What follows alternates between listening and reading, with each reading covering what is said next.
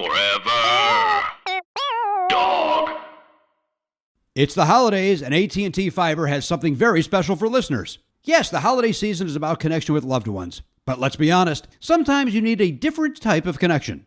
AT&T Fiber wants you to make HBO Max your newest holiday tradition, so you can be among the first to catch Wonder Woman 1984 coming to you the same day, December 25th, in theaters and on HBO Max for a limited time. If the family can't agree on what to watch, AT&T Fiber comes to the rescue again, with strong smart Wi-Fi so everyone can stream their own thing throughout the house. But you don't have to choose between the two. Superpower your holiday season and get AT&T Fiber 1 gig internet with HBO Max and unlimited internet data included. No annual contract, limited availability in select areas. Visit att.com/getfiber to check availability. Reliability based on wire connection to the gateway. Whole home coverage may require AT&T Smart Wi-Fi extenders sold separately. Compatible device and online account registration required to access HBO Max. All rights reserved. Restrictions apply.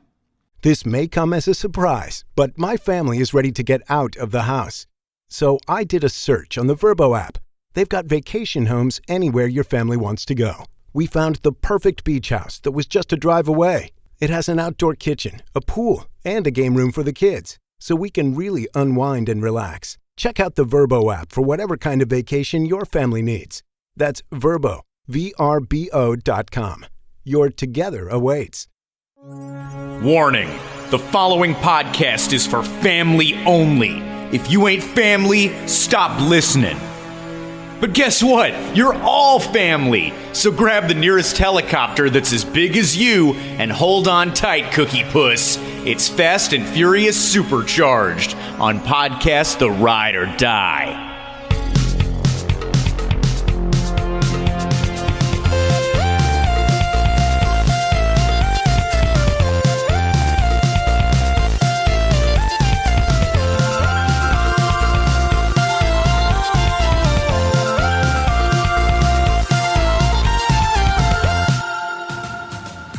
"2021, baby, podcast The Ride, the only theme park podcast where we live our lives a quarter mile at a time.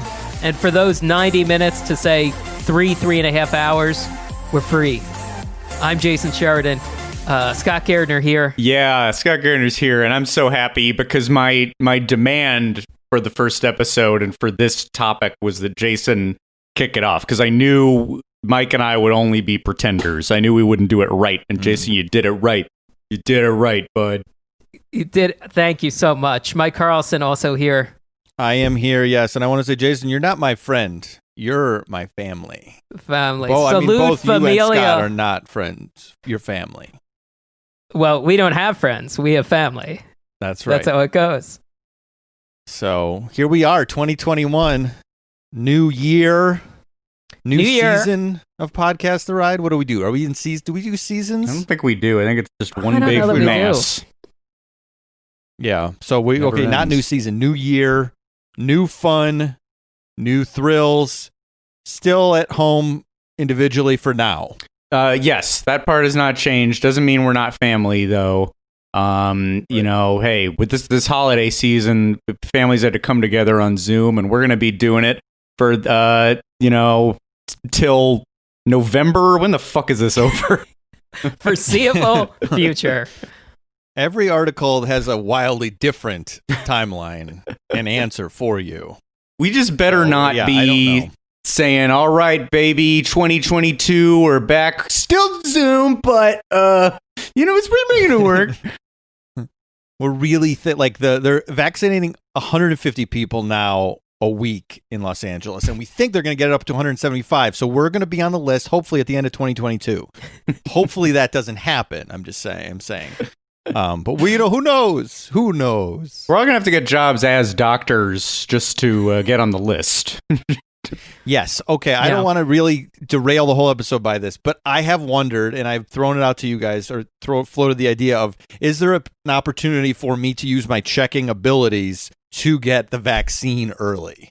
I don't know that there is yet, but I've seen different people go like, "Hey, we wandered into that CVS and we just got a vaccine," because they were running, like the fridge was gonna go bad in the fridge essentially. So they were just like, they saw 5 people and they go, "Hey, you want these vaccines? Because we got to get them now before they go bad." And people got them. So I was like, is there a way I can get on in the same way that I'm on like PS5 sales tracker that knows when a PS5 goes on sale. Is there a vaccine tracker Twitter account that will send me alerts and that'll say, oh, the CVS in Palmdale has 12 vaccines. You should head up there. That's a good idea because in Washington, D.C., a bunch of the giant supermarkets, the giant brand supermarkets are like, hey, if we have extras at the end of the day, first come, first serve for vaccines. And look, I'm sure I said this other story. You always wait around. I was in line to get free Rolling Stones tickets when they played the Echoplex, which is a tiny place, and I left the line early, and I found out later they were just handing them out to people on the street because there weren't enough people in line. And I learned a valuable lesson that day. You always just hang around. This lesson might save your life now. Yes. A very valuable lesson. Well, it depends. We don't know what's going to happen past these, the sort of the most important groups to get vaccinated. And if beyond this initial point, they start doing it via boarding groups, then you might be, I don't know, you might be in luck. And I would like to be in your boarding group if possible. All right. Well, yes. If it's boarding groups, if it's like, yes, exactly like Galaxy's Edge or getting on Rise of the Resistance, it'll be groups of 8, I think, is the max. Yeah. And look, we've all got each other's passes. We've all got each other's annual passes in the useless Disneyland app. We can all help check. We can get off Wi-Fi, use data, because that's going to be more reliable. We're all on the same healthcare and the same healthcare app, and it's all very easy to use and very not confusing. Same dog shit covered California plans. Sure. I'm on some sort of dog shit California plan, I believe. But yeah, so I will pledge if there is a checking element to the vaccinations, I will help us all get them. But I don't know that there will be. Yeah. But that's certainly your best hope. It's all of our best hope. We hope checking is possible. We'll see where this goes. But a tough year last year, obviously. Hopefully this year ends up a little brighter. And I think family has helped us get through it. I think, and that includes you, the podcast, the Ride family. You're not just part of our crew; you're part of our family. Now, of course, family, still bickers sometimes. You don't always get along, and that's but that's sort of what being part of a family is all about. And with that, there's a new format that we're going to introduce for 2021, a new type of episode, and this requires you, the podcast, the Ride family, and the I don't know, Mike, this is your idea. Do you want to introduce us to this new episode format? I'm just going to say the one word that will be I think the title of the episode, and I think you'll know what we're getting at here. Gripes. Because from time to time on social media, I will see, so-and-so didn't like this rider. They had a bad opinion. Jason didn't like, I'm just trying to say, I'm not sure. Yeah, I'm a pretty easy mark. Jason likes everything except for the Frozen ride in Epcot for some weird reason. Okay, wait. He doesn't like the Frozen ride, and he didn't like the Avengers Infinity War. He likes every other Marvel movie, but he doesn't like Infinity War because it made kids too sad, he said. I also did not like the West Coast Customs roller coaster at Six Flags Magic Mountain. Insane. Yet another roller coaster trying to kill me. So there's 3 things Jason doesn't like. He didn't like walking through the mostly abandoned Margaritaville complex. That was one. No, 4. I didn't. 4. We've got 4. Can we get 5? Can we think of a 5th thing Jason doesn't like? I mean, I've had some bad treats at theme parks. There's definitely been some bad, like, stiff brownies, some stale brownies and stuff. Stiff brownies? Stiff brownies. Wet quesadillas at Margaritaville. Soaking wet quesadillas. But is it on purpose wet? Or is it... Because, like, sometimes you get a wet burrito and it's very good. But if it's wet quesadilla and you didn't order that and it's just like wet with There's water. No wet quesadilla makes no sense. It's too flat. Quesadilla. There wouldn't be anything left.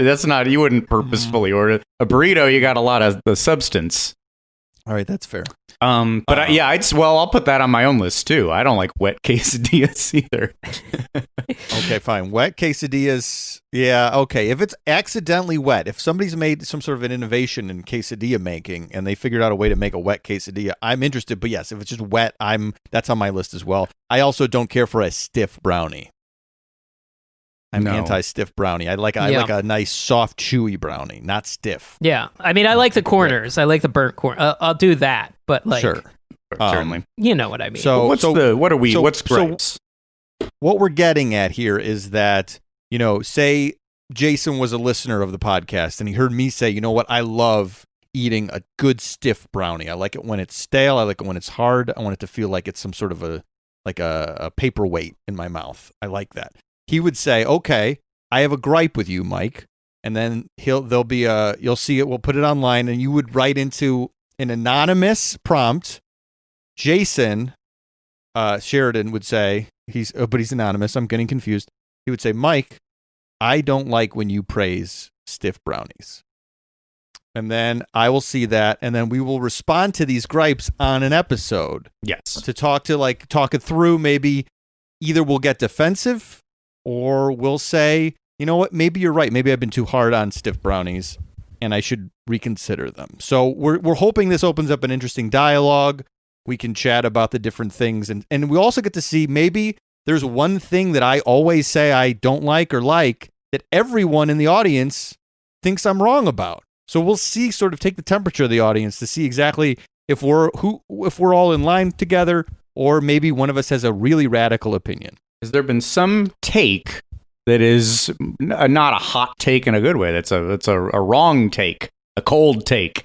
Right. Is there some, is there a piece of information that we got wrong, and that we got it wrong? We heard a little of this recently. We were talking about Dollywood and saying how it's so hard to get to, and isn't it in a dry county? And somebody was like, enough is enough. Guys, you are wrong about all this. So things like that are helpful. It's nice to be corrected. It's a little bit of a correction segment, I think, possibly too. But if it's just, there's something that we say over and over we disagree with, or you want us to reconsider. One thing is, did we do an entire park or a ride and we left out some aspect or something that matters to you, and we skipped over it brazenly, and you want us to put a spotlight on it? That's a gripe.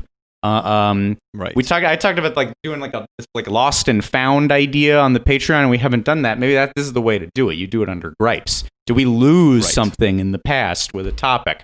It's time for us to find it, and we can do it via your gripes. Right. We can do a lot via your gripes, is I think what we're realizing, especially even now. Now keep the gripes. Let's not make them maybe personal attacks, but I mean, maybe if your gripe is like, look, Mike, you've had the same haircut for 7 years. I think you would look good with a crew cut or something. As long as you spin that in a positive way, I'm not going to be upset. Yeah, keep it clean. Keep it nice. Although I got a gripe. If one more person sends us that Pixar Name the Podcast thing, the guy with glasses in that meme looks like shit. If I get that one more time, I'm throwing this MacBook out the window. No one in that is like us. I don't understand the meme. I get that there's 3 dudes and white dudes who do podcasts, but then within that, how is that us? I don't know. Well, it's Al's from Al's Toy Barn from Toy Story 2 is in there. There is not an Al among us. That's not right. Yeah, Jason. If Jason, you're obviously responding because you believe people are calling you Al. I don't think you're Al. I know. I don't think you're Al at all. I mean, Al. If anyone's like Al, it's me. I have all these goddamn toys behind me. And you don't. And you sometimes forget the lesson that toys are to be played with and not stored forever. Although you do take them out of the box. You don't leave them. You don't align with Stinky Pete's philosophy. I do not align with Stinky Pete's philosophy. There was one time when I was moving some stuff around, and Lindsay walked in and she goes, "You like touching the toys, don't you?" And I went, "I do, yes." Gotta let him breathe. I wasn't touching Donatello's penis or anything. I was just holding them and placing them and putting them around. That's what she meant. I wasn't caressing his turtle cheek or something. It's one of those where you give us the fodder along with the statement. As with the foot stuff. I was saying it, I was like, oh, this is a fun little anecdote I'll tell. And then I was like, oh, now I'm opening up myself to like the fact that I'm like molesting my toys as I play with them. Mike likes touching the Not toys. doing He that. likes taking his socks off in the log, in the stiff brownie log. And the stiff brownie log. I think we've at least we're like I'm already feeling good about this episode. We've started a couple new things this year. Is that I'm sexual with my toys, Mm-hmm. Like and that Jason hates toys. stiff brownies. So Yeah. we've got some new things to play with in this upcoming year. And I'm looking for it because I'm just going to make a soundboard of my voice that just plays the words "okay" or "not looking for notes," and I'll jump back and forth between those two. That's it. No further response on these gripes. Mm-hmm. If I can figure out how to clip that pop song from a few years ago where the chorus is just "I don't care, I love it." I love it. I don't care. Yeah. I don't care So about your Jason's the gripes. least resistant. Maybe Jason's the least Yeah. resistant to gripes. He doesn't want to hear Mike- the gripes. So this will be funnier, actually. You know what? I take it back. Be as rude as you want to Jason, but be Okay, nice. well, look, just because we haven't gotten a chance to see our families or take a general meeting in a while and we're just craving criticism doesn't mean you have to be mean. All right, don't be mean to Jason. But We're still good boys. These are gripes, but we're still good boys. So be nice. But if there's been some burning opinion, if you've had it for we've been doing this podcast for a couple years now, and if there's something from episode 2 that made you mad, or just want to correct us on, set us straight. There's a lot of things that gripes could be. So we've set up a Google form that asks you if you have any gripes, and you can put the gripes anonymously. It's really like a comment box, a suggestion box. We'll put that in the link to this episode, and we'll also tweet it out. We'll make sure that you find the gripes page. And yeah, as we said, it's anonymous. If you want to put your name, feel free. If you want us to associate you with this gripe, but if you just if you want anonymity in a voting way, then feel free. This also is not a requirement, but I was going to throw this in as something that I think that it would make us. For me, it would skip a gripe to the front of the line, just because I would enjoy it. Like with Jeopardy, answering in the form of a question, I think it would be nice if the gripes started with the phrase, "Yeah, I got a gripe, all right." So if you start your gripe with that, "Yeah, I got a gripe, all right, Scott, your Rex is overrated," whatever it is. I think that's a nice piece of the flow, and I'd enjoy reading that. So, but up to you. Yeah, I think that. Yeah. If your gripe is that you hate that and you don't dictate some phrase to me, then that's a fair gripe. To use that. I mean, I think that as long as we can do a little voice, we're always going to be a little happier to do anything. If you listen to the show, anytime we can do a voice, we all like to do it ad nauseum. This is very true. Yeah. So give us the chance to do a little voice, and it'll cushion the blow of the gripe that is coming. So podcasts are at gripes, and we'll collect those and then put them up probably as a Patreon episode. I don't know, at some point next month or something. Mm-hmm. Yeah. So we'll brace for gripes. Bracing for gripes. And speaking of gripes, Fast and Furious Supercharged. Oh man. Better way The ultimate gripe. The ultimate gripe.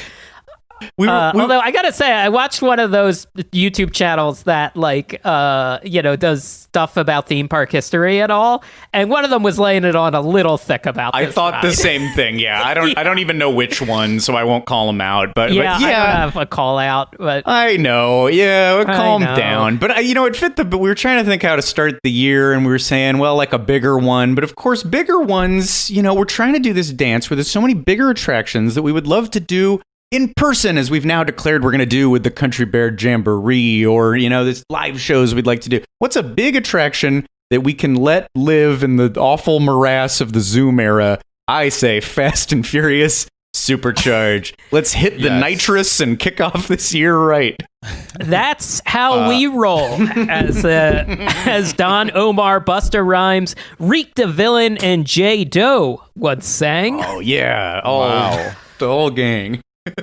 Hell The yeah. whole And this gang. is not We're not putting the Fast and Furious franchise in this gripe category. I have not seen full disclosure, I've not seen all of them. It is on my list to watch all of them this year at a certain point. I know they're very fun. They're insane. But the ride itself is going into the gripe column here, not the movies. That's important to clarify, I think, because you don't want to be like the cultural snob who's these films that are. Yeah, I think they're fun. People like them. People have a blast going to them when they open up, and it's just what they ended up doing with it is I think caused a reckoning at Universal. I think it impacted what they're going to do for the future. I think that's 100% right. And I rewatched the first one last night. I'm going to rewatch them all now because I've watched them at like half on USA, half on like an airplane. And like they are very fun. And I would go so far as to say I read one like a review of them once of like, these are kind of more fun Avengers movies. Like especially when they get to 5, 6, 7 and they get to the spy stuff and all. Like it's like, yeah, these are really fun. Like, the early ones are fun in their own way. The middle ones are fun in their own way. It's just wild. And then they've retconned stuff. Like, the watching order of the movies is technically 1, 2, 4, 5, 6, 3, 7, 8, because they retcon the order that they go in. The character Han is technically the same character, from Better Luck Tomorrow that actor plays and Justin Lin directed. It's so wild, the mythology of these movies. Where does Hobbs and Shaw fall into the chronology? Hobbs and Shaw, I think, happens directly either between 7 and 8 or right after 8. Oh, characters come back from the dead. Like comic book logic applies, which is awesome. Like it's so fun. Which sort of happens in the ride a little. Not dead, but there's like, I mean, we'll get to it, but this doesn't really fall on the timeline of the movies super well, or they have to nudge some stuff. Right. So we've just set that aside. The movies are good.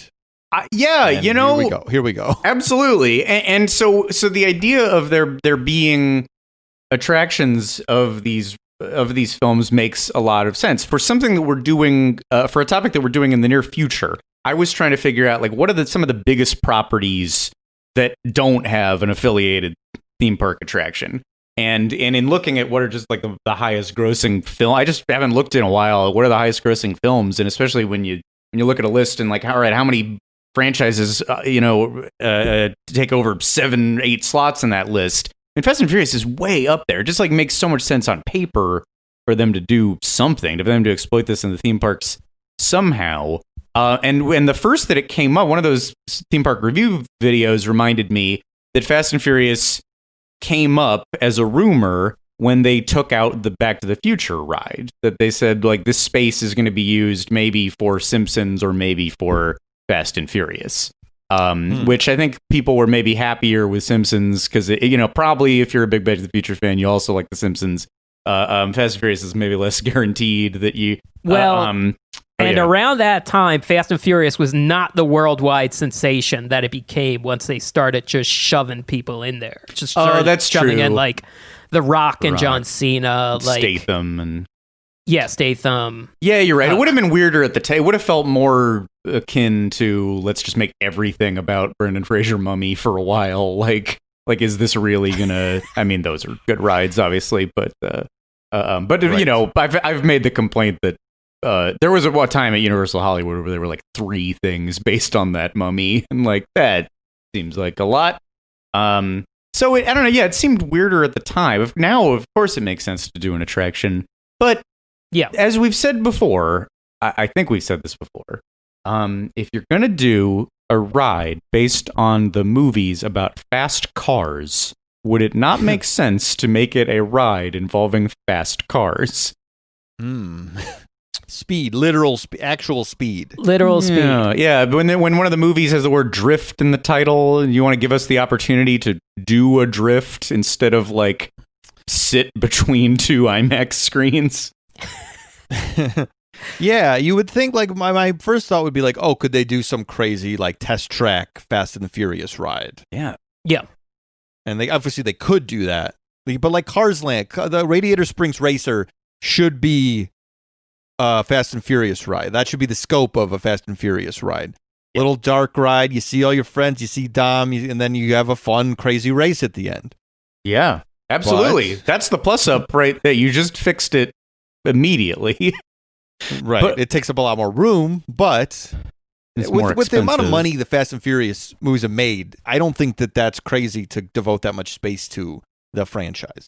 No. Well, and here's the situation, I think. Because this was sort of shoehorned into, if you don't know the full scope of Supercharged, it exists as, well, I'll just read off of the Wikipedia because I thought this was phrased accidentally brilliantly. Fast and Furious Supercharged is an attraction at Universal Studios Hollywood, Universal Studios Florida, and was canceled at Universal Studios Beijing.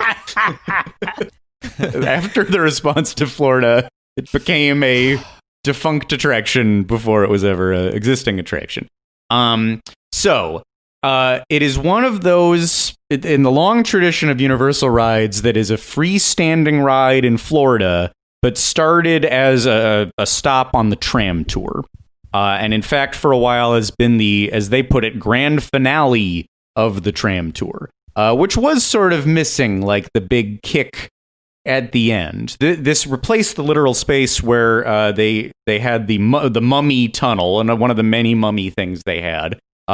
You sat in a weird tube that twisted you around, and that was the end of the tour. So the desire to kind of go out with a bang on the tram tour makes a lot of sense. And this thing was clearly based on the initial good response to the King Kong screen attraction that's kind of midway through the tram tour. Mm-hmm. Yeah, and that brings up a couple good points, Scott. One, why does this one get so much more flack than the Kong Reign of Kong at Islands of Adventure? Is it just because Kong is more endearing to us and there's a big animatronic at the end and there's a lot of fake rock work? Animatronic helps a lot. Yeah, and that you actually like go somewhere. Yes. That little outdoor path is does a lot for you, even though it's very short. It feels like they did more to make this its own fleshed out attraction, to make Kong its own fleshed out attraction than they did Fast and Furious, where it felt like they just kind of copy pasted the tram show, except with like a weird Ghostbusters-esque room with a refillable hourly employee talking at you before you get on the ride. Yeah, it doesn't. It feels really. This should maybe be a lesson, and I'm not to Imagineers people. I'm sure there was much cooler ideas for it, but like management, when it comes to just a little bit, goes a long way in regards to Kong versus Fast and Furious in Florida. Because it's just, the difference is a giant monkey head, and then maybe like an extra scene, there's an extra scene, I think, on it from the tram tour version. And yes, the exterior is like pretty cool. There's extra there's extra video? It's extra, right. So yes, so just a little bit more goes a long way. And then, Kong does not get the shit that Fast and Furious gets. Well, that's what I was starting to say there was that, I definitely did this on the tram and was like a little underwhelmed, but I certainly wasn't mad at it. And I think it existing within the tram lets you cut some slack. But when you install this as its own big new freestanding attraction years later in Florida, I think the expectation goes up. And I think a lot of people were like, but it's not just going to be the tram thing, right? I think I even thought, is it elements of that, but then it's its own ride system that is more like Radiator Springs or something? And Nope. Yeah. Party buses. Right. Yes. Yeah. I think we all assumed, there's no way they're just gonna plug it in, because the tram tour is good. Like, it's good. It's fun. It's like we're kind of watching a movie, and like there's a fun couple parts. There's a lot of like Universal tropes of screens, like where something hooks to you, and there's like stuff like that. But it's fine. But there's no way they're gonna just port this thing over. But money. I guess money at the time. Guess so. And the desire to just, if they can get it in quicker, I guess, if it's just the screen version. I don't know. Yeah. So. Well, and again, Scott, you brought up that these are like the last two of these movies grossed over $1 billion each. Jeez. So get them in the parks. Yeah. So yeah, I kind of get that. But what an execution. I mean, I remember doing the Hollywood one for the first time, and I was like, okay, yeah, that kind of makes sense. But yeah, that to do this the same thing in Florida exactly years later is so funny. Really strange. Yeah. Can we? I mean, can we cliff notes? And I ask you guys this because I don't think I can. Can we cliff notes what it is? I think our listeners know for the most part, but can we, like, how do you quickly explain what this is without getting into like, okay, so then Toretto and Letty comes in, like, well, and FBI. Okay, well, I guess let's start with the Hollywood one, because the Hollywood one has the element of like the tram tour that it's got to deal with as well. And this was not the first Fast and the Furious thing on the tram tour either. When this opened, they closed the Fast and the Furious Extreme Close-Up, where they used 2 car shells on Kuka arms, and they launched them at you, and then the cars danced to Gasolina. I was thinking about this. Don't we all love that much more than the ride? I do think it's cute. I have a Scott won't go that did far. Did you have to see it a lot? Did you have to do it a lot? And that was forgive me, I'm sure I'm repeating things, but that debuted the summer that I started as a tour guide, and I remember when they I'm in the training program, cool, and I just get to go on the tram, and this is my job, and I was so excited and get to, I did do King Kong first, and like I just love being there no matter what. And then you start going up the hill, and then like, wait, what is this thing? And I just remember feeling so deflated the first time, and then thinking I have to do this many times a day. And it's, if I was in a good mood on those things, I would have a blast with it no matter what. But if I was just not feeling the tram that day, the part where I really died was like, and that's why we're going to talk about picture cars. And then you pass by a bunch of like mediocres or like a Little Rascals go-kart. And then you go into this weird little corral, and then there's a lot of like, just sound effects without anything corresponding, like, okay, bullets, and then you hear bullet sounds, and then cars sort of fly at you slowly, and the two lines that just crushed my spirit every single time, and again, how about a hand for our picture cars? Carnage and Karma, take a bow, boys. And then they would do a little boop, which is I'm fond of. Now that it's gone, I'm a little more fond of it. I could see how that would grate on you, but as somebody who would get to see the tour once a year, twice a year, maybe. So yeah, basically, if in case you don't know what we're talking about, on the tram tour, the cars would sort of do like a trick for you, basically like they were peeling out and like gonna drive at you. And then there was like an explosion. They flew out of an explosion, and then like as if flying right at, as if you're the POV of the camera, and then it stopped. They stopped right at the point where they would hit the tram. Right, and then that's when you would say those lines. If you could, by the way, I don't want to put you too much on the spot, Scott, but if you could just give us you're feeling really good, you're feeling optimistic from the tram tour. Give us the best line reading you could of that moment. The take a bow, boys moment. Okay, if you wouldn't mind, if you'd indulge us. All right, how about a hand for Carnage and Karma? Hey, take a bow, boys. And then what was the line? It was like you got anything else to show us? Oh yeah, it was hey, got any other moves? And then and then they just kind of like spun around a little bit. So the Kook arms are the things they have the Harry Potter Forbidden Journey ride on that's like can move all around. So they would just, on these 2 arms, the cars would just kind of like dance, but not really, because they can't really dance. Turn and spin a little. And you could see their undercarriage and that there's nothing in it, that they're just facades of cars. It's a lot of really unflattering. You're getting like upskirts of the cars. Unflattering angles. Do we think that Luigi's dance at Cars Land was a reaction to this dancing cars? A response. The tram tour. Luigi's, whatever it's called, something of the dance. Oh, yeah. I can't think of it. Yeah. The issue is that there weren't enough. like just two people dancing. Look, if you're having a wedding or some event and there's only two people on the dance floor, it's a little pathetic. But you get a ton out there, a ton of little coops, and now things are really hopping. The second one, the line that really destroyed the spirits was it finishes and then you say, "Take that, Dancing with the Stars."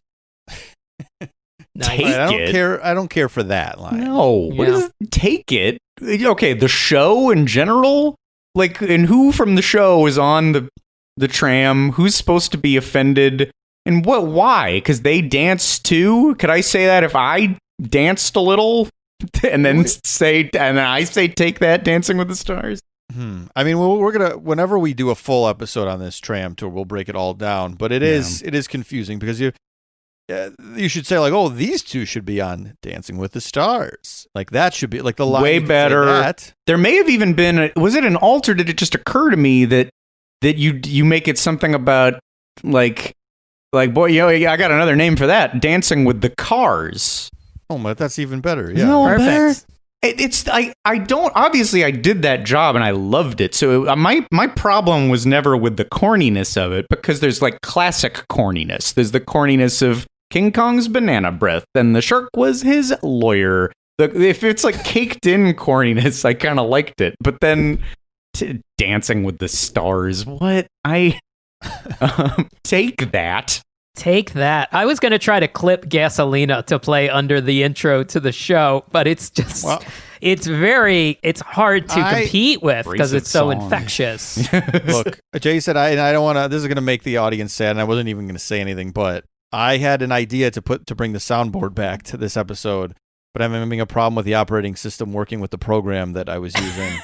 So there will not be any Gasolina played intermittently on this podcast today. I'm not saying, though, it's out of bounds for future episodes. Now, I will promise there will be an episode in 2021 where all of a sudden Gasolina will just start playing while we're talking here and there. We least suspect it. When you least suspect Scott, that was your first summer working the tour, and that was right around I first started going regularly. And I was out here doing internships. I was living close by, so I bought an annual pass, and I went a lot. I was very cool in college. And so I probably saw that thing a lot and saw you a lot. You may have. That's a weird thing. The possibility that you took a tram and it was my tram. Tram tour and then walked and got Taco Tuesday at Rubio's up at City Walk. Long gone fallen brother. Boy, those are the days, huh? Yeah. Boy, back when you had somebody trustworthy in office, like Bush. George W. Bush. There was nothing quite like driving a golf cart up to City Walk and trying to get 6 people's orders of $1 taco combos with 6 things of Coke. And then driving down the hill at an 80-degree angle. Oh, yeah, it's so steep, narrow roads. And like a deer could dart out in front of you. Yeah. You're in a Fast and Furious situation. Luigi's Rollicking Roadsters is the name of that ride. I was going to call it Luigi's Lord of the Dance. Is that something else? Is that like a short or something? Why do I have that in my head? I mean, I know what Lord of the Dance is. Yeah. Not sure. You think that's... Yeah, no, it's not. I just put that in. Okay, that's not a thing. Should be, though. I feel like that's a joke Mater makes for the parents in something, you know. Maybe, yeah. But anyway, we'll get to the Rollicking Roadsters eventually. That sounds we'll get to that. Anyway, back to Supercharged, which is, by the way, the name of both the Hollywood Experience and the Florida Experience, despite some differences. Mm-hmm. At the Hollywood part, as we said, it's part of the studio tour, and it kind of starts with the guide driving by, ending Wisteria Lane, and then they go some version of like, oh, weird, there's a 1970s Dodge Charger. That shouldn't be there. Or like, that's suspicious. So, thanks, Karen, I guess. Stock car in a nice neighborhood, I guess that's all it takes for someone to call in security at the Universal lot. But also, It's a movie studio lot. Yeah, there probably is a period perfect car. That should be there. It's a movie studio lot. Yeah, why is that weird? And I don't know, maybe one of the Desperate Housewives is hanging out with some young hotshot with a cool old car. I don't know what the Desperate Housewives do. Truly, I don't. I don't know what the show is. And it's weird that it's still like a big, before the grand finale, see where the Desperate Housewives lived. They'll be back soon enough. They have to be back. Probably, yeah. Oh. They have to be, and they're more desperate. They're young. They're like, it's a prequel, and they're more desperate than when they were older, even. Okay, they've all moved off the street because only Felicity Huffman still lives on the street. She agrees to do the reboot because she needs the money. And then it's the next gen. It's the next gen of Housewives. Yes, they're passing the torch, proving that anyone can be a Desperate Housewife. Anyone can be a Desperate Housewife. Well, we remember at the end of the series, there was a little girl with a broom housewife sweeping up, and she was sort of looking off into the distance and realizing that she could be a Desperate Housewife. Should we add the addendum to the gripes that we will probably not respond to the gripes if they're about new Star Wars? Oh yeah, we're not talking about new Star Wars. No, yeah. We're not falling into a trap. It's a trap. Man. Sorry. I thought it Star was Wars. very cool during the 7.5 hour Disney investor call where they thoughtfully announced the a young Muslim woman superhero, a very diverse cast. And then very close to that, Patty Jenkins shows up and goes, yeah, USA fighter pilots #1. That wasn't tone deaf after the last century of U.S. foreign policy. That wasn't. And she was promoting a Rogue Squadron. Just say you played the video game in the 90s. What are you doing? What is this Air Force buying half the budget for the movie? We're not going to talk about this either on the Gripes episode, all right? We're not going to talk about any of that.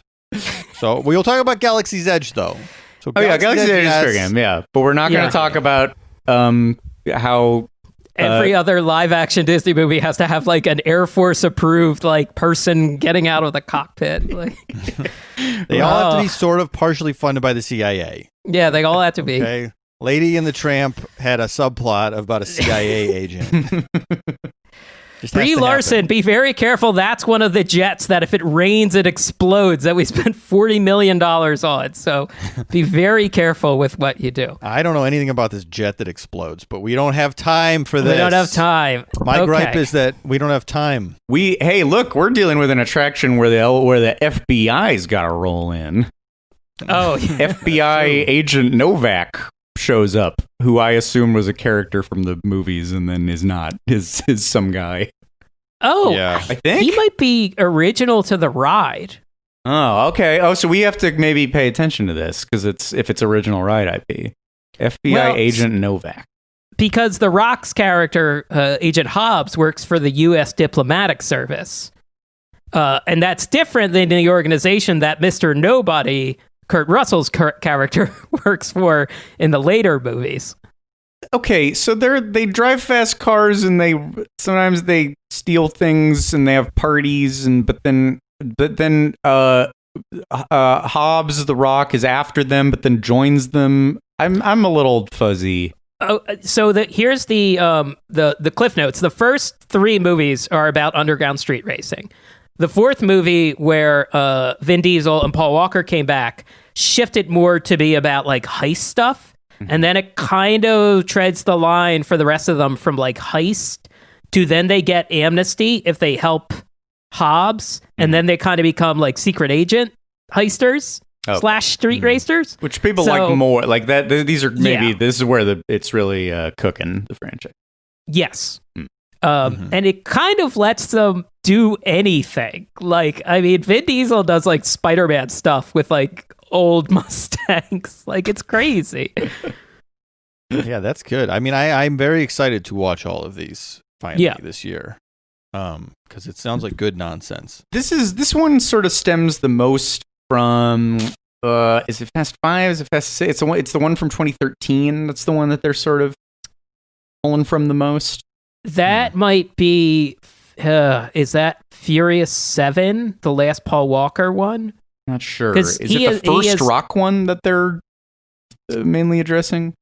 Oh, that's 5. Okay. and they're enemies at that point. So yeah, around 6 or 7, they're allies. Okay. Also, no gripes about the fact that we don't know these movies that well. Yeah, sorry. I know. Sorry, very I think the one that this ride is referencing the most is the one that I saw in theaters, and I do not know one thing about it. I cannot tell you what. I enjoyed it. I looked up and smiled and clapped, but I don't know any plot. I got it. It's 6 because the villain in this ride is the Shaw that Luke Evans plays, and the Shaw that the brother that Jason Statham plays, who avenges his brother Luke Evans, is in 7. Okay. So yes, 6. You're correct. Okay. 6. Okay, got it. But so, keep taking us through Hollywood where there's a weird car, and so we got to go investigate. So they called into security, and then that call gets overridden by the FBI, who tells you that there is an FBI witness in the audience of the tram tour that pissed off Shaw, and Shaw is coming to get.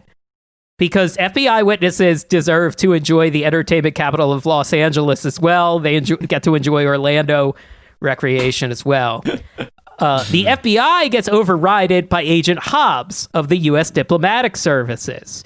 And he owns him. He calls him like Sweet Cheeks. Does he call him Candy Ass? Cookie Puss. Cookie Puss. Cookie Puss. Which is that's kind of something. I kind of like Cookie Puss.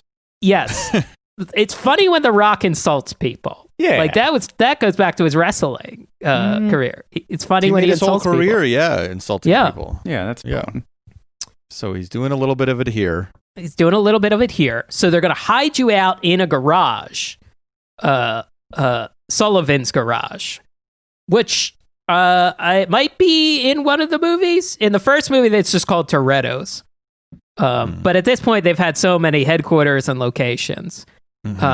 And you are told by Letty, Michelle Rodriguez's character, and Roman, Tyrese's character, that you're going to hide out in one of the very good single or two shots shot on an iPhone used for the tram tour. Yes, yeah. Okay, all right. So we're halfway through the pre-show. So we're pulling into the giant custom-made building made for this experience, and there's been a big race. Dom has, of course, won the race, and there's a party going on. You know, I didn't get that. Wait, where was the? Wait. So we're at the end of. We're at a party celebrating a race. That's why there's all those people. Okay. Yeah. And we love the party people, don't we, folks? They seem very natural. This is my favorite part of the whole thing. These non-union background actors. Well, just the effects of the people partying in like a little group. Yeah. And then it's like repeated. But I like the technology because it kind of makes it look, if you squint, it makes it look like there's actually humans kind of in the distance partying in a little group. Mike, I might have to call this a gripe because what I wrote down is that this is maybe my least favorite theme park scene ever. The club scene before? The dancing at the... Yes. I called it the shoved in the center dance party.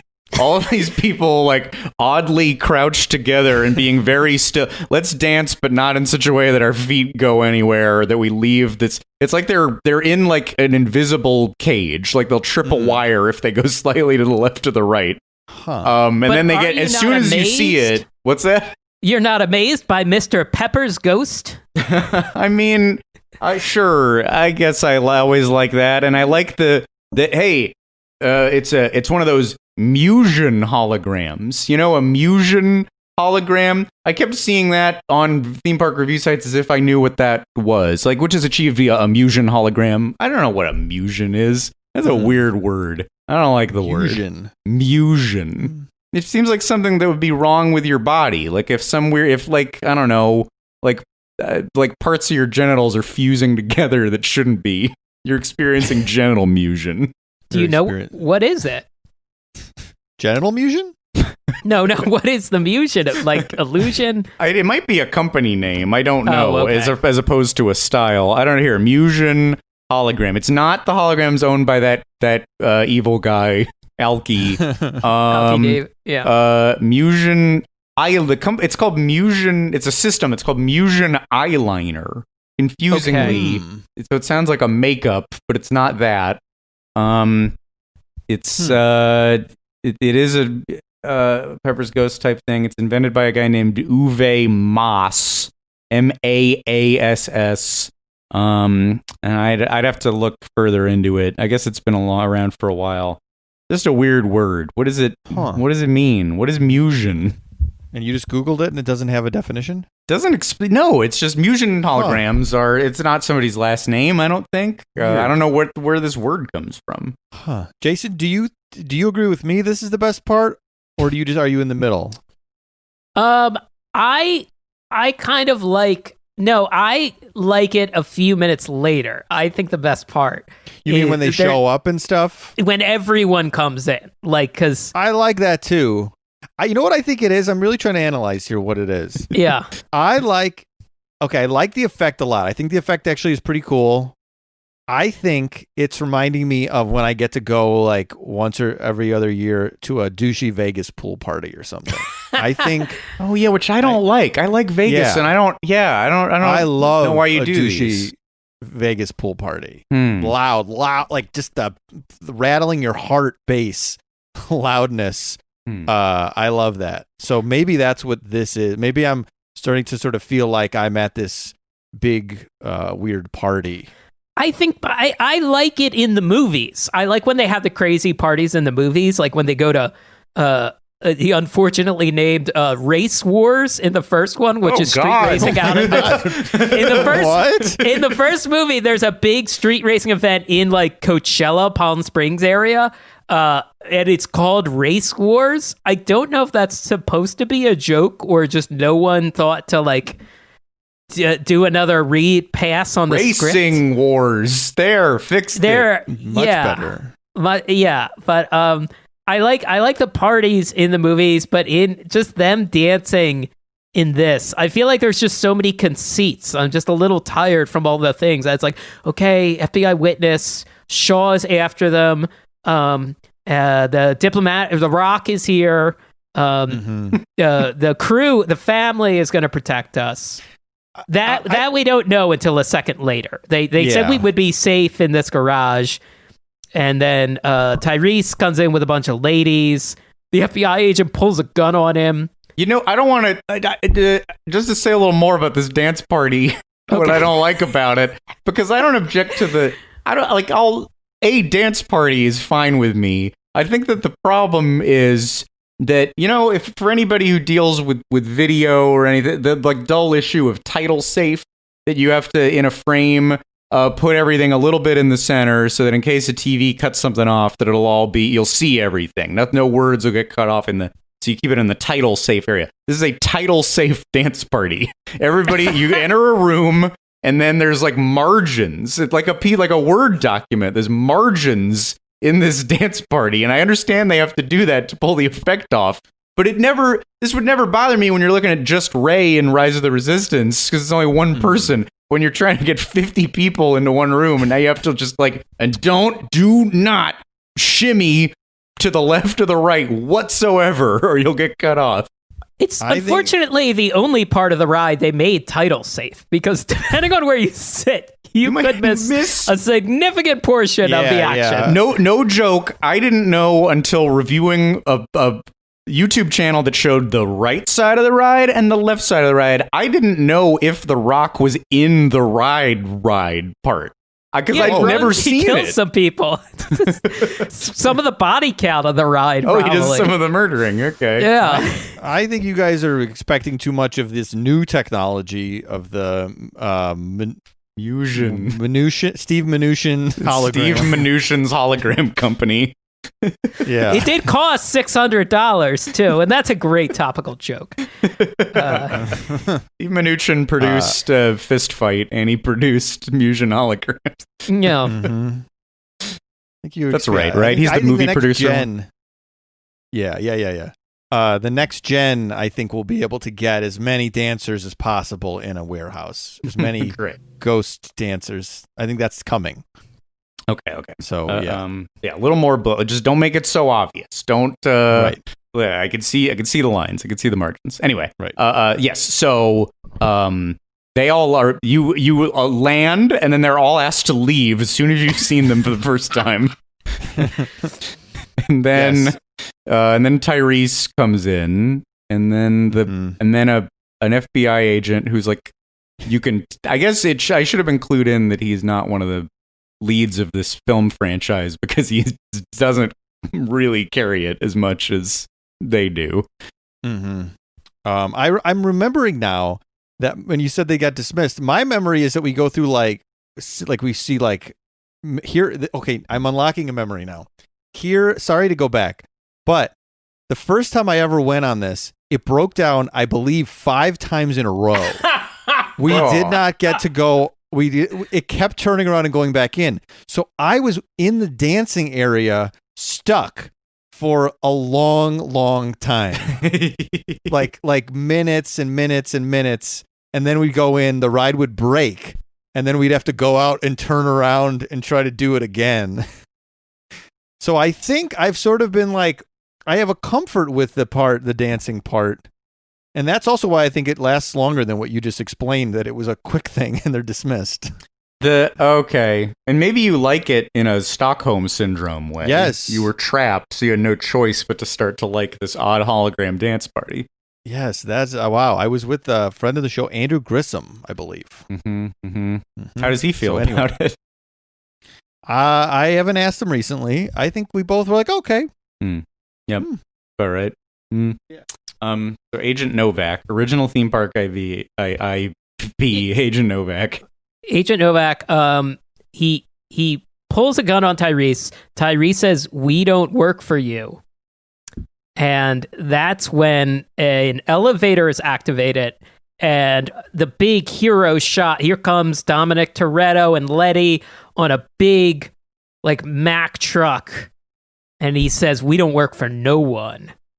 Now this I like that there's the moving physical set piece, yes, and then the holograms are on it. I will give it up to that. That is very cool. I like this too, and I believe Agent Novak said something about I'm the one holding the gun, and that's when The Rock comes in and says, "Yeah, but mine's a whole lot bigger because he has like a giant assault rifle." And I have been on this experience before, and I've seen people cheer like when these characters show up. Yeah. Well, he always gets one. Yeah. Just the idea of The Rock gets applause. I'll say, and I'll after we finish Hollywood, I will explain my experience as the only one who wrote it in Orlando. People do like to see famous people in their rides playing the characters they know and love. So, I do understand that part. I do understand people like, yeah, it's the whole gang, the whole family is here. Yeah, sure. Right. Yeah, it makes sense to me. Yeah. What doesn't make sense is why the Rock comes in with a big gun. By the way, a lot of guns in that. This is maybe the gunniest attraction of the 2010s. Like, there's holdovers of attractions full of guns where you can't do anything about it. But, like, kind of weird that, especially in 2018, like, do a big gun show. It's like there's probably the same amount on like Transformers, but since like the guns are in a robot's arm, it doesn't read exactly like that. And it's like, yeah, so if a robot has a gun arm, it doesn't read as bad as actual firearms. Yeah, that makes sense. But anyway, his entrance is cool, and he gets applause and lifts a big thing and makes a cookie puss joke. But then everybody just kind of like files out of the room. Nobody runs. It's just kind of like, all right, well, we're gonna load up. Stroll. Like, it's like everybody taking a lunch break.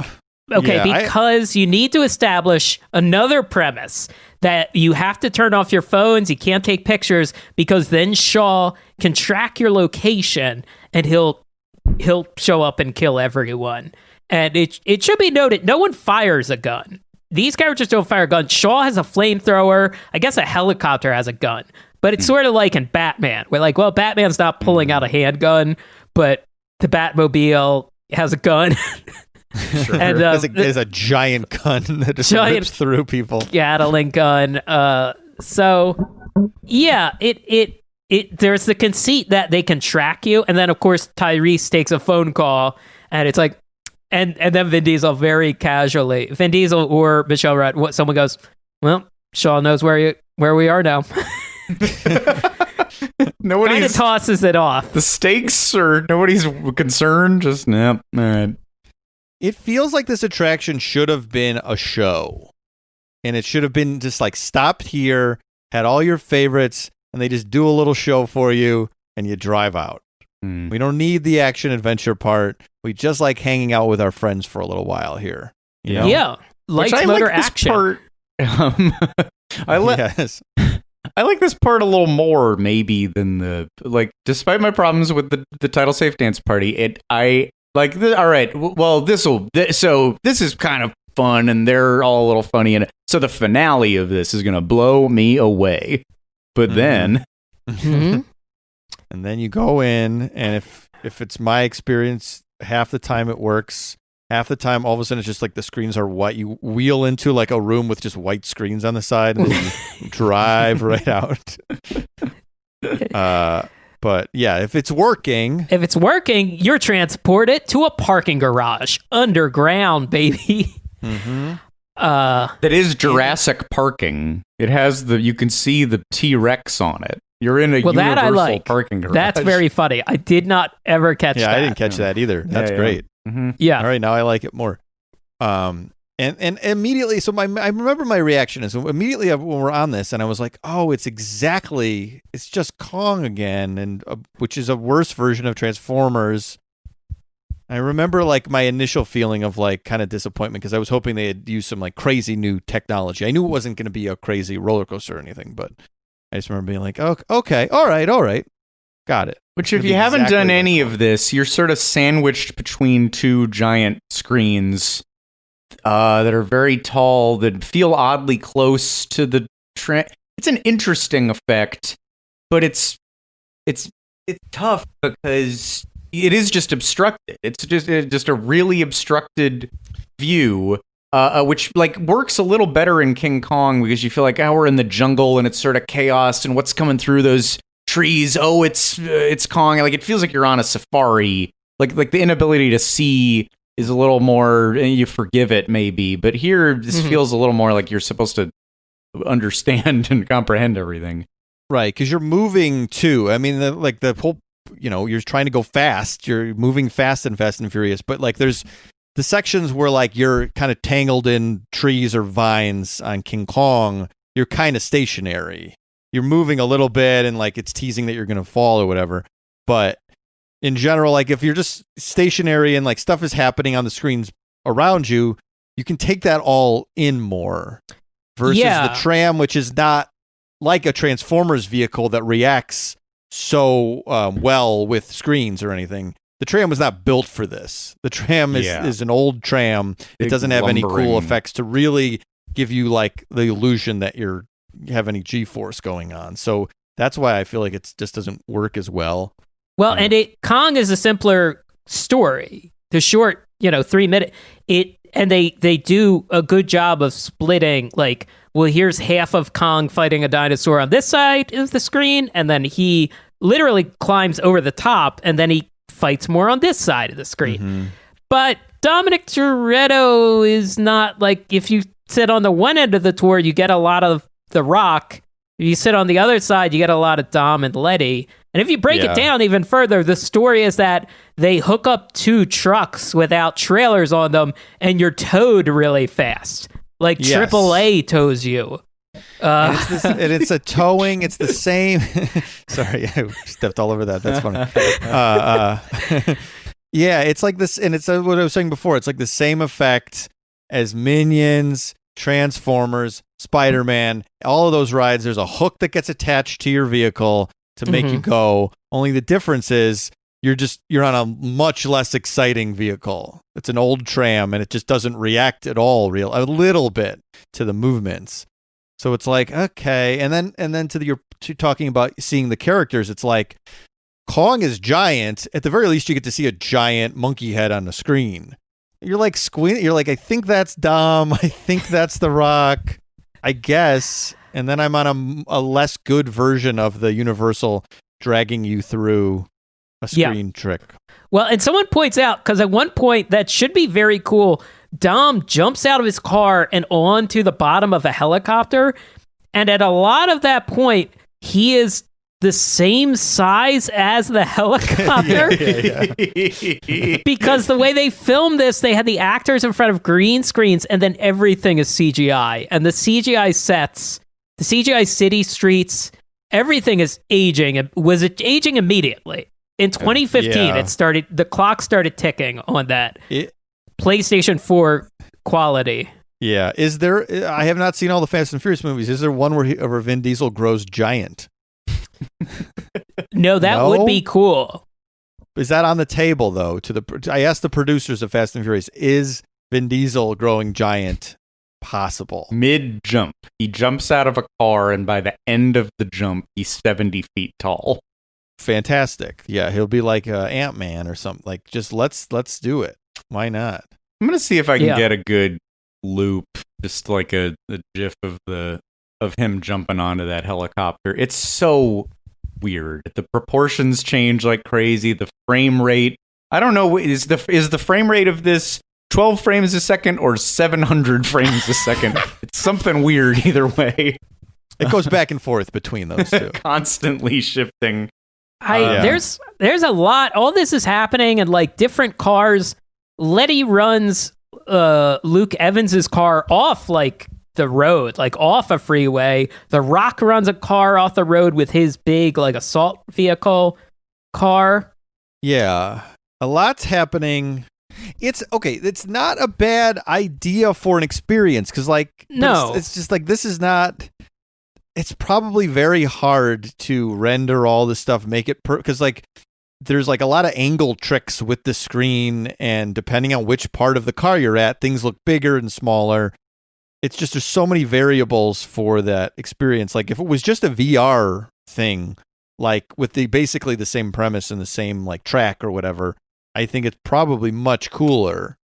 Right. I bet this looked good on somebody's headset. Like there must have been a test of this where you sat and did it and were like, holy shit. And then just once it moved to that tram right. And venue stretched out, and like the person in the front of the tram is like peering back, trying to see it, and it doesn't really hold up as well. I mean, like I did Mario Kart VR in Japan, which I think they closed that place, right? By the time you were there, Scott? I didn't get to do it.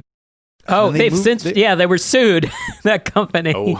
But like Mario Kart is not as fast as Fast and Furious, but the Mario Kart VR was amazing. It was so good. Yeah. I can imagine. I'm sorry, not the VR. The Mario Kart go-kart on the streets of Tokyo were sued by the Nintendo people, I believe. Yes. There was and I didn't do it, but we saw them. We saw them when we were in the video game district, essentially, like the people on tours, like with Mario and Luigi hats, driving go-karts around the city streets. Which I was like, that's cool, but also like seems dangerous. Yeah, seems like not a good idea. No interest on my end. I didn't really want to do it. Although I guess maybe to review it I should have, but yeah. Oh well. We'll review it when it opens in Hollywood. I don't. Even as you talked about this more simple story of Kong. Like, okay, take all of this backstory out, all of this stuff about, but now Shaw heard the cell phone and once the ride part begins, the big screens, what is happening? Are they're transporting us to keep the witness safe? Is that it? Yeah, and they take out Shaw and the bad guys, and then I think a bridge is out, and he yells, "Hit the nitrous!" And then he screams, "Ride or die," which I believe is said in the movies pretty regularly. Right. I think. Not as often as Family. But right. Ride or die. And that's kind of cool. But I'm going to jump ahead a little and mention before I forget, the ride ends with you landing in a warehouse full of shipping containers. That's the exciting end. You just sit there CGI for a warehouse. While. Everything is CGI because they did the actors in front of green screens, and then they did it all CGI, and everyone was just like, "What is this?" It's an abrupt ending. too. Like, Yeah. is this part, the big screen part, is only 90 seconds. So you're kind of like, what already? Yeah, it feels very short. Do we know how long the Kong part of the tram tour is? Gotta be longer It feels than that. longer, but it might not be that much longer. Yeah. But yeah. it is disorienting for sure. And it's all of a sudden, you're in a CGI warehouse. You're also getting. I don't know Jason. Where would you plus it up? Where would you prefer they land? I think just the premise in general, like it toes the line between like this is a movie making experience and like these characters are real. You live in this world now. Dominic Toretto is real. And if you keep it simple, you can get away with that. Like Universal got away with like Ghostbusters are real once you enter this building in Florida. You know? Yeah.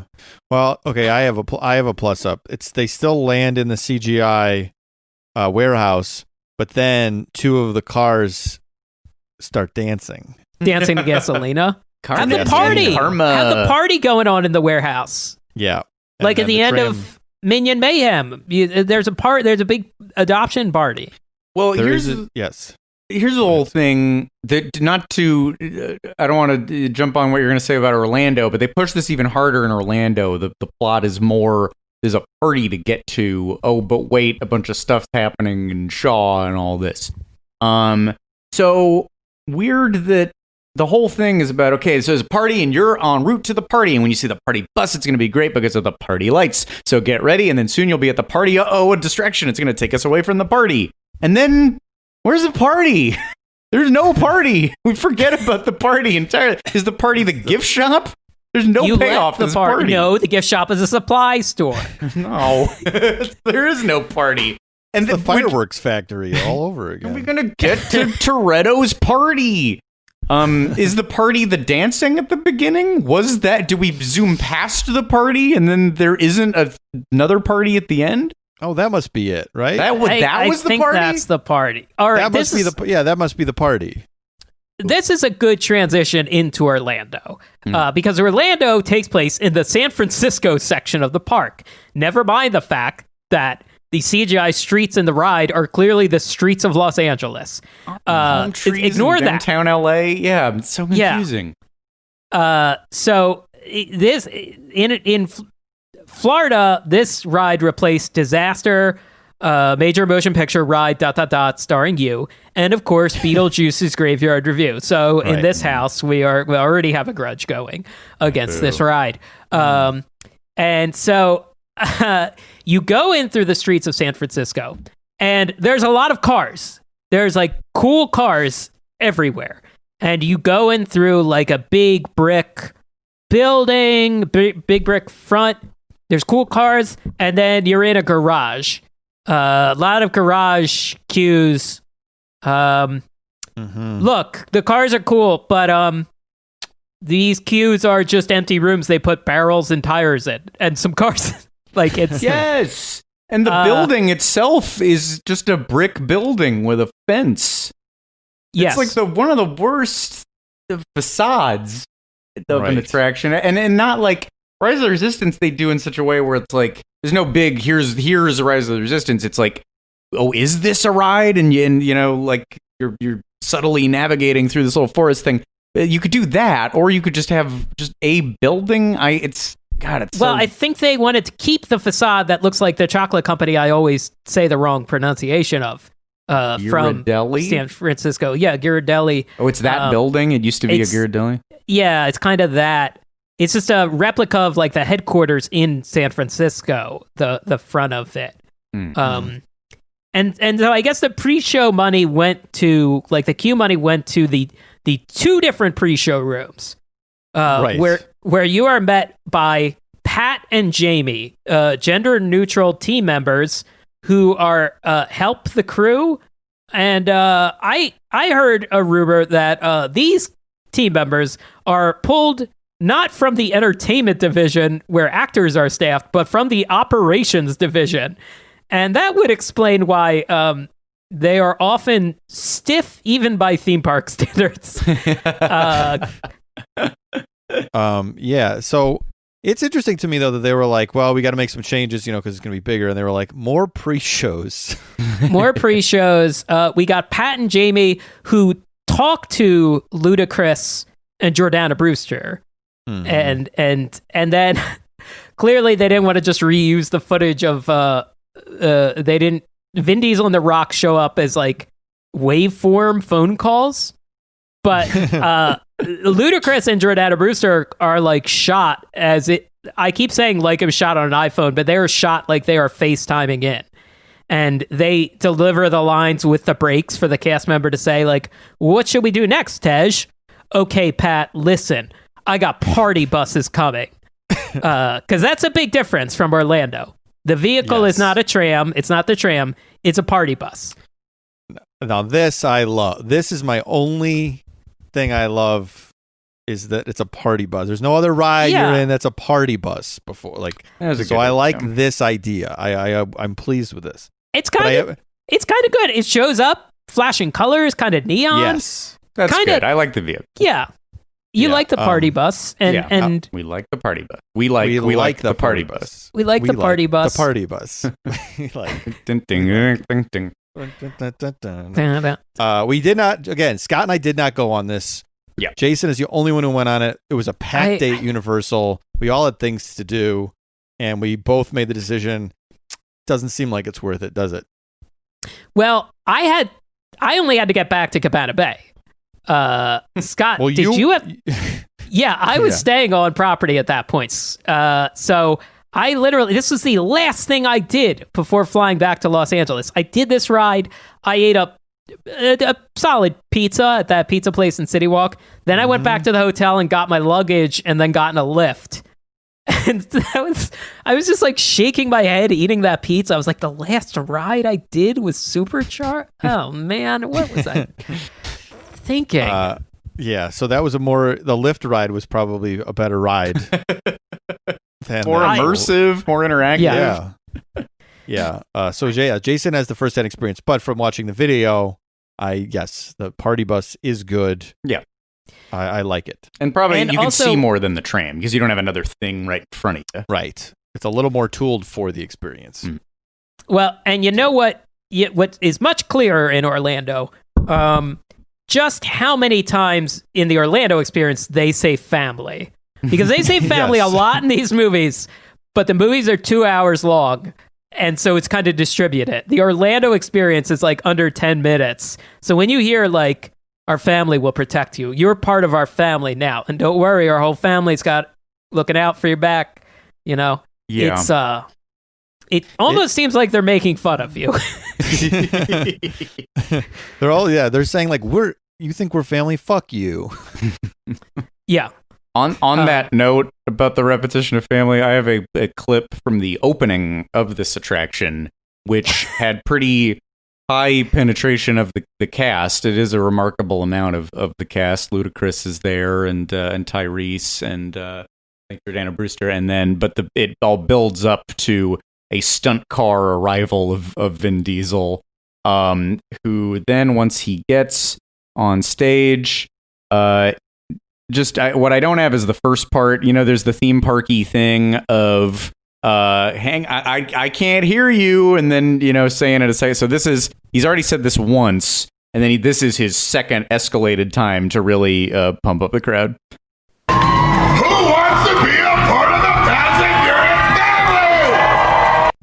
Who wants to be part of the Fast and Furious family? Pretty addictive, honestly. I was kind of that's been rattling in my head for 24 hours.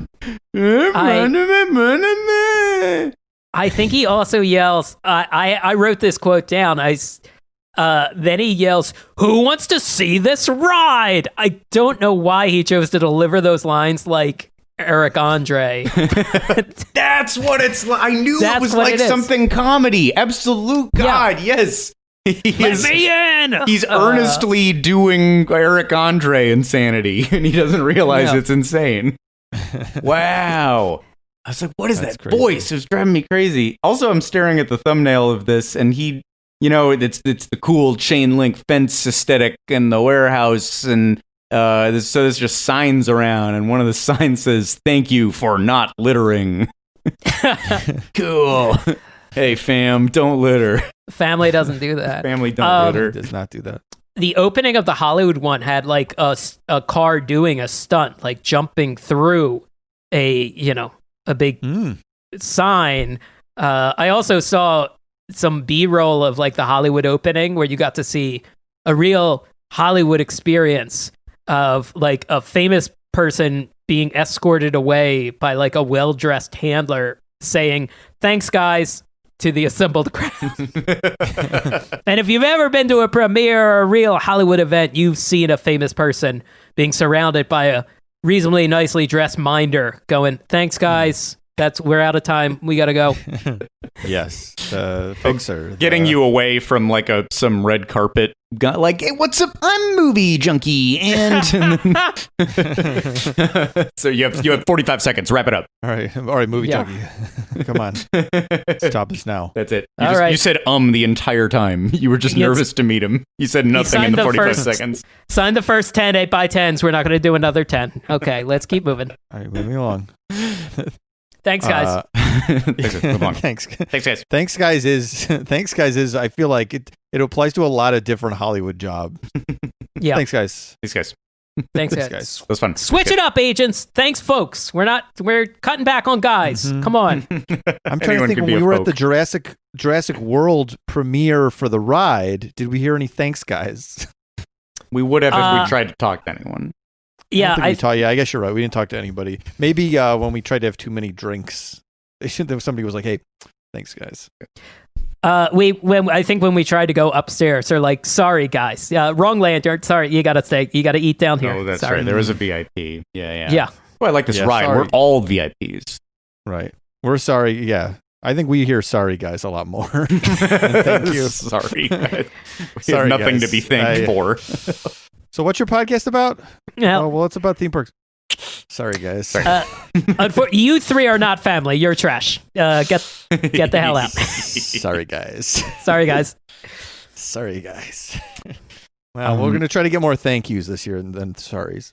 Right. We're going to do it. There's another thing about Jason, about when Ludacris calls in, that because then in the ride, okay, so maybe something we haven't said is that the tram tour, there's monitors on the trams for all the myriad of other things you do on the trams. So they have to play clips of the characters. Like, they do some expositional stuff, and then when the ride's over, they cut to, Vin and The Rock, and they all say, "Hey, thanks for being part of our crew." So that same thing happens on the party bus. But so it's a mix of stuff that they shot for the tour one where, yes, like, okay, so it shifts between when the ride's over and the Busta Rhymes song is playing, then you get Ludacris, who is being filmed on a pre-zoom, there's like scan lines and either like an interface. But then you've got, Vin and Tyrese and The Rock all leaning up against are they just in a golf cart? What are they? They're just like on a studio lot. It's just like junket style. Yeah. Who's that was filming out them? on the back lot. Yeah. They have a tripod. All right. So Hobbs is talking to you with like a junket crew he brought, but Ludacris is talking to you via like a secret pirate video channel. He's the computer guy in the crew. He's the computer guy. That's how they communicate it. He hacks. That's, yeah. I see. Yeah. Is there a making of to know exactly who was in the room where, even in the pre-show and this, and like when it was shot, and was this shot a year later, or was it all shot when Hollywood happened? Or I'm always curious about that type of thing. It apparently was Orlando and Hollywood were working on it together. Like it was simultaneously being worked on. Did anyone see? There was somebody had pointed out that The Rock endorsed Biden and Kamala Harris, which I think is his first political thing he's done since showing up at like the Republican National Convention in 2000. Oh boy, really? But whatever. Okay, all right. He's but he endorsed Biden and Harris. And then somebody pointed out, hey, did you notice he's wearing the exact same shirt? It's in the exact same spot as when he inducted pro wrestler Ken Shamrock into the Impact Hall of Fame. So he was he was getting a bunch of videos done at the same point.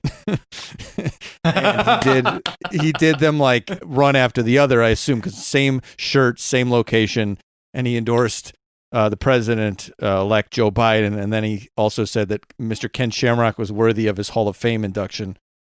What's this one for? Biden, Harris, Shamrock, Terramana, bang, bang, bang, bang, bang. Yeah, it knocks them all out. So I wonder if like one of these things was like Rock just had to knock this out, I got to knock out a pre-show thing for Universal. Then he does some sort of political thing.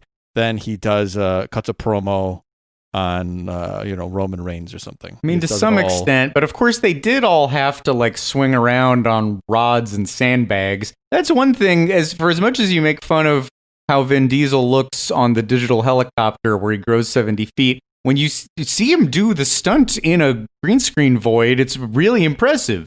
Like, this is a real stunt-man-y stunt, right. And Vin Diesel's doing it. Like, why does the behind the scenes look so much better? Because there's no bizarre, like, spatial shift going on. And I can see it. I mean, it's not blurry, and I'm not, like, peering over somebody's head. Watch the behind the scenes. The behind the scenes is better than the ride. It's cool, yeah. And I think in the movies, too, like, they certainly use CGI. I mean, the 2000s one, it's very funny when they show, like, the sequence of, like, hit the nitro and they go through the engine. It's perfect. The logo in the original one, at the very top, it's amazing. Like, you can just see the evolution of filmmaking. I think the second one is actually pretty bad with rough CGI, but I feel like Tokyo Drift is mostly practical stuff. And there are a lot of practical stunts in this movie. That's why the CGI-ness is so odd. Yeah. Yeah. Which this, like, I've got a kind of a bigger point here about the weird, like, what makes this not work and why this is, like, it's certainly in the running for worst screen ride. And for as much as we went on and on about the Fallon ride, that almost felt like more in its construction than in the premise and then in the like technical side of it. And I think the technical side is just rough on this ride. Yeah. And I was just thinking about how, okay, so it does pay off. Here's all your favorite characters and you're going on an adventure with them. But in the Back to the Future ride, you aren't following Marty and Doc around. It's not about Marty on a hoverboard and you're following him.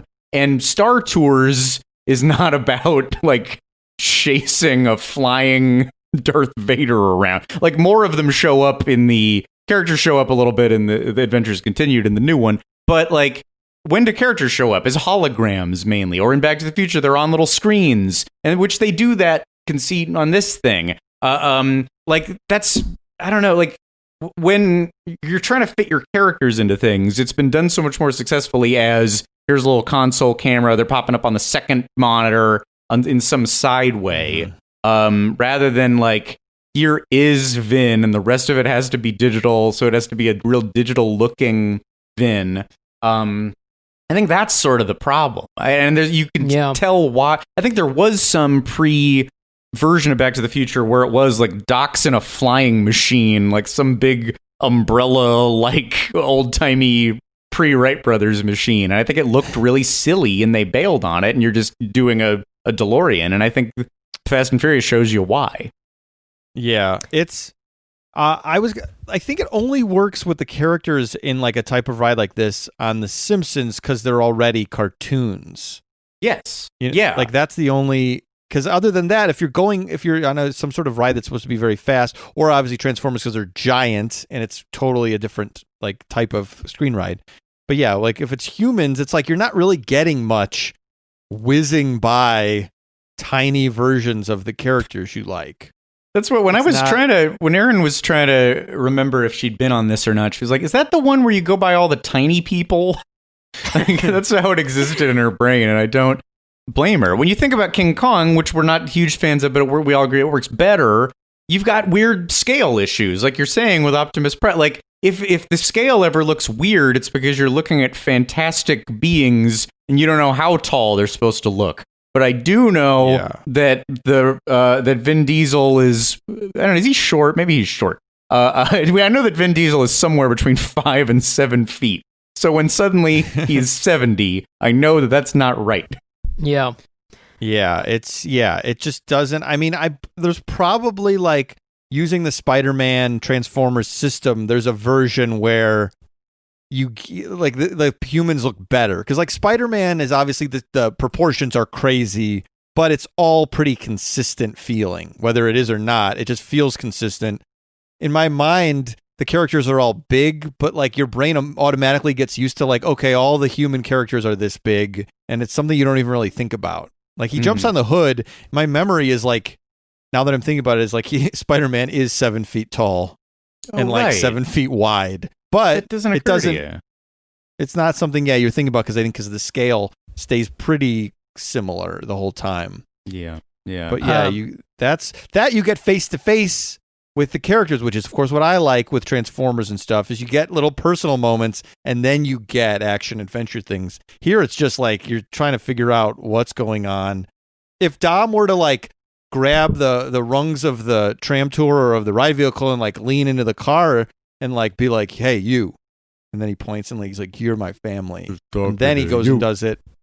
That's a little bit more what I think people would want. They get a little more FaceTime with Vin, with Dom. He grabbed the sides of the tram and rattled them and screamed in your face, who wants to be part of Fast and Furious family?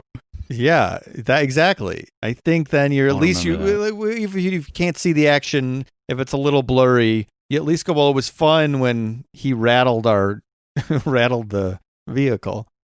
I have one more thing from Florida that I went back into my notes from over a year ago because I was like, wait, there was something in the line that struck me as like, oh, that's not great. And it's right before you get to the room where you get on the party bus. Inevitably, there's like a curvy ramp up to get to the room, and it's kind of unadorned. Maybe there's one or two colored lights. But they were blasting a song, and I was like, what is that song? I cannot place it. And then I immediately knew what it was because they said the name, and it went, "Turned Down for What?" Da-na-na-na, da-na. And I was like, oh my God. Like, and that's kind of a thing. I went back and looked at some of the soundtracks for these movies, and there's some forgotten songs on there, but I was just like, this is how you're building up people getting psyched? Like a 2009 song on this like giant expensive ride is turned down for what in an empty hallway? Like that's kind of grim. You're more of a we know you don't like Turned Down for What, but you love Oppa Gangnam Style still. I do like that. And the Harlem Shake. I wish they had done the Harlem Shake because then we would have just flopped around in the hallway. I like Turned Down for What belongs in the category of those songs, I feel. Yeah, I think it does. I thought it was just like I had not thought about Turned Down for What in a while. And it was kind of a big like right before you get on the ride moment. Has anyone done it's been a couple days now. Has anybody done like using the C-SPAN cameras, like the stationary cameras in the Congress building? Has anybody done the Harlem Shake where it's the footage of just the senators like about to vote, and then there's the jump cut and there's a bunch of people in fur coats vaping? Like you do the jump cut to the post-invasion. Has anyone done that? No. Maybe it's happened. That might be. It's the future for us. This might be storming Twitter as we speak. It's very possible. So we'll see. We'll see. Someone's trying to get it. Someone's trying to get an invite to a TikTok house. Were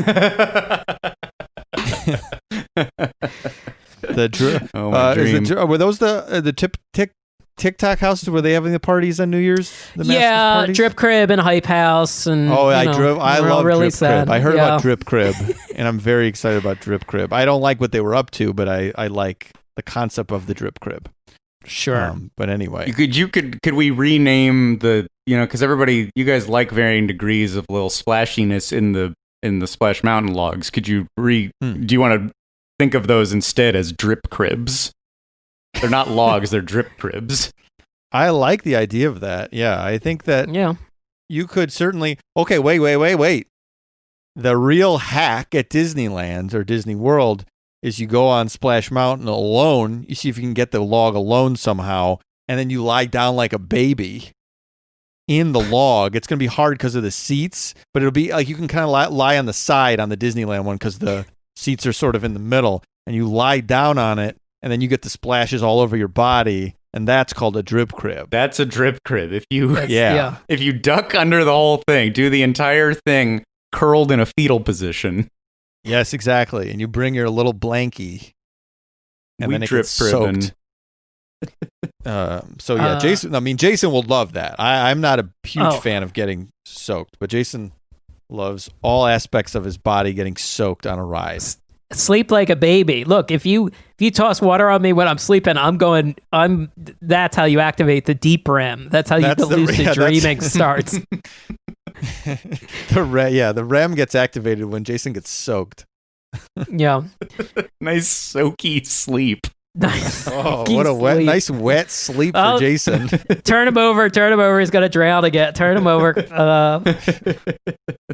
He's having a nightmare about stiff brownies. No, I wish put some more water in that brownie batter. No, a stiff brownie needs a trip to the drip crib.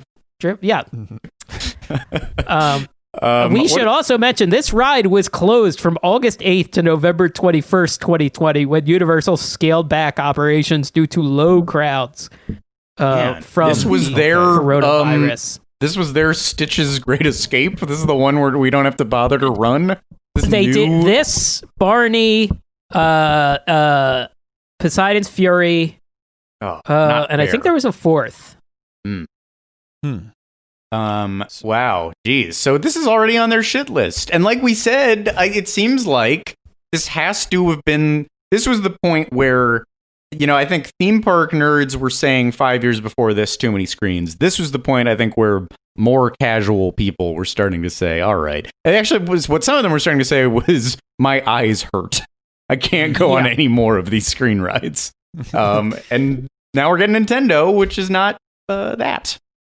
There's elements, but there's practical stuff. It is funny the difference between the two different ways you would say it, depending on what kind of a person you are, that mean the same thing to a Universal employee, which is we come up to Universal employee and go, have you noticed that these same screen tricks are being utilized in Jimmy Fallon's Simpsons, Minion Mayhem?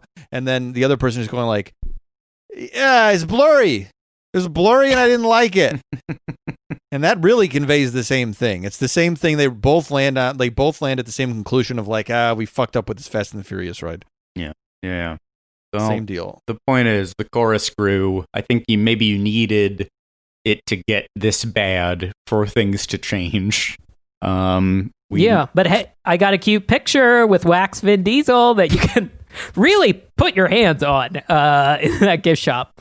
They encourage you to touch the wax Vin Diesel, yes. Yeah, and also I encourage strangers like, hey man, could you hold my phone? Could you take a picture? My friends have all fled the state, but he told me I was part of his family, and I really want a picture to remember that. So I want to commemorate this sweet moment. Yeah. You need pictures with your family. Yeah. I realize also, like, family, it's like very like an Olive Garden thing with the family. Like when you hear your family is the whole Olive Garden. Like they keep pushing that, and it's the same thing with Fast and Furious. When you hear your family. Has he done an Olive Garden commercial?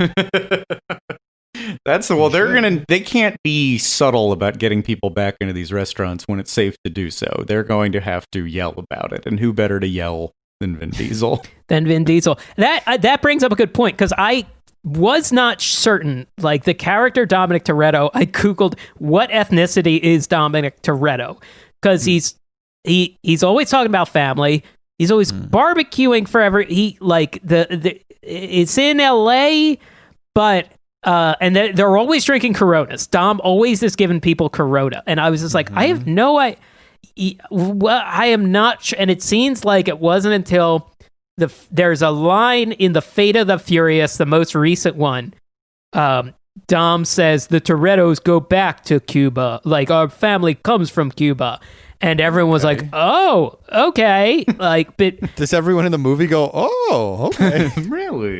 it seemed like on message boards, people were going like, "Oh, we thought it was Dominican or Puerto Rico." Okay.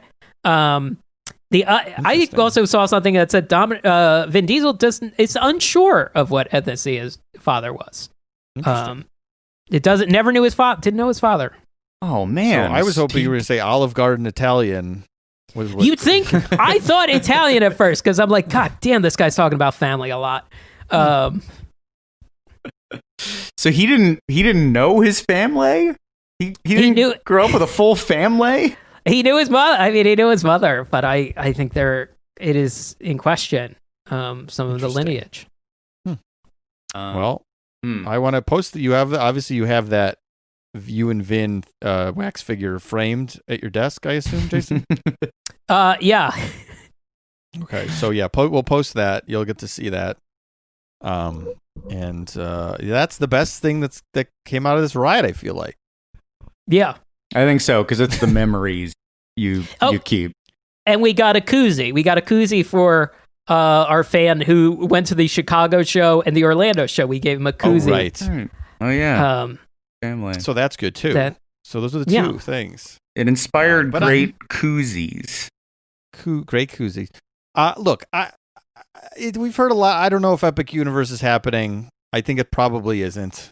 That would be my guess. That's what I've heard, but there's nothing official. But I don't know why Fast and Furious wouldn't be on their plans to do it right. Yeah. You know? Like, come on. You build like the Toretto house where they're always barbecuing, and like that's a restaurant. Of course. Yeah. Like a kind of fun backyard barbecue type restaurant. Like this could easily slot into one of the Epic Universe, which is, if you don't know, the third Universal park that they were going to build before the pandemic. You could get rid of Fantastic Beasts or How to Train Your Dragon Land, put in a Fast and Furious Land, do the barbecue restaurant, do that Cars Land big expansive ride where like a robot Vin Diesel comes up to your car and says something nice, where he's just nice to you, and then you go on a little race, and then you can put on I don't know, another. There's got to be a different, maybe a Hobbs and Shaw spin-off ride of some kind.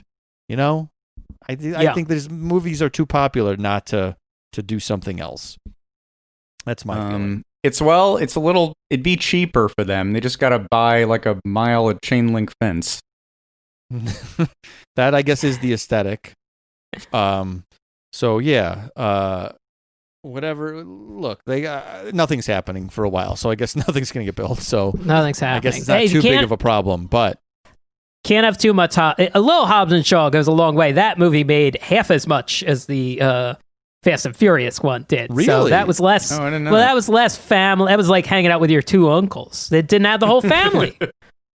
Because Johnson and Diesel don't get along, so they're replacing Johnson with Cena as Dom's younger brother Jacob.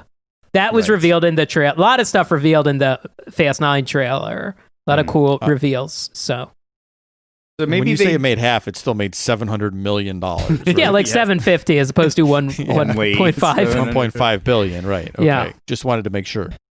Well, either way, maybe even more exciting than this ride or in a new land. I mean, maybe the real attraction would be some, ancestry experience, somewhere you really do give a blood sample to somebody in the warehouse, and then you wait around for 10 minutes for results, kind of nervously, and then it comes back and like, well, it came back. Guess what? Your family. Oh, every time it comes back that way. Yes, no matter what. They still like run you through the motions, and maybe they kind of like they come out like whoever it is walks out just like, I don't know, not looking good.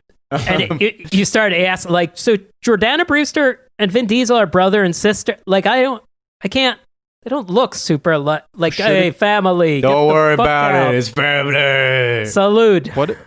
What if it's like the exact same two pre-show rooms on Avatar Flight of Passage, and they're like scanning you to see if you're family? Move around a little bit. Move around. Move around some more. All right, your family. Guess what? You're all family. Rocket Raccoon should and then tell no us ride. we're family. Yeah, Rocket Raccoon should tell us we're family on Guardians. Yeah, Should just be you more. love people say you love his friends saying he's proud of you. Well, every ride you should be told that you're part of the family. Right, and then We Are Family should play on one of the ride sequences.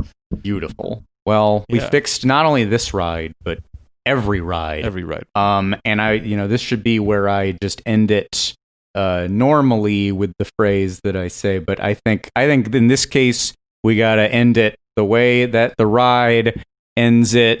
And okay, so guys, I guess with that, you survived Podcast the Ride. And let me tell you, you were lucky that you were riding with this crew, because the bigger the family, the stronger it is. And if you want to get wild and act the fool, because the party is now and the party is here, then join our family by subscribing for $5 a month at patreon.com/podcasttheride.